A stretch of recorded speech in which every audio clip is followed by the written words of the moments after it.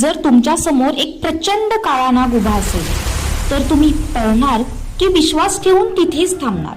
ही कहाणी आहे अशीच एका गावातील अविश्वास दाखवणाऱ्या लोकांची. एका दाट जंगलात एक अतिशय मोठं आणि जुनं असं वडाचं झाड होतं. त्या वडाच्या खोल मुळामध्ये चिरायू नावाचा एक प्रचंड काळा नाग राहत होता.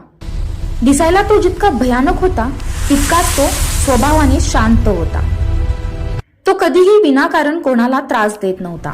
एक दिवस जंगलातून फिरायला आलेली काही मुले त्याला पाहून घाबरली. भीतीपोटी त्यांनी त्याच्यावर दगड फेकायला सुरुवात केली. चिरायू संतापाने मोठ्याने फुतकारला, पण त्याने कोणालाही चावलं नाही. तो फक्त त्या मुलांना तिथून घाबरवून पळवून लावतो. काही वेळानंतर तिथे अनुज नावाचा एक लहान मुलगा येतो. खेळता खेळता त्याचं खेळणं चुकून चिरायूच्या बिळाजवळ पडतं.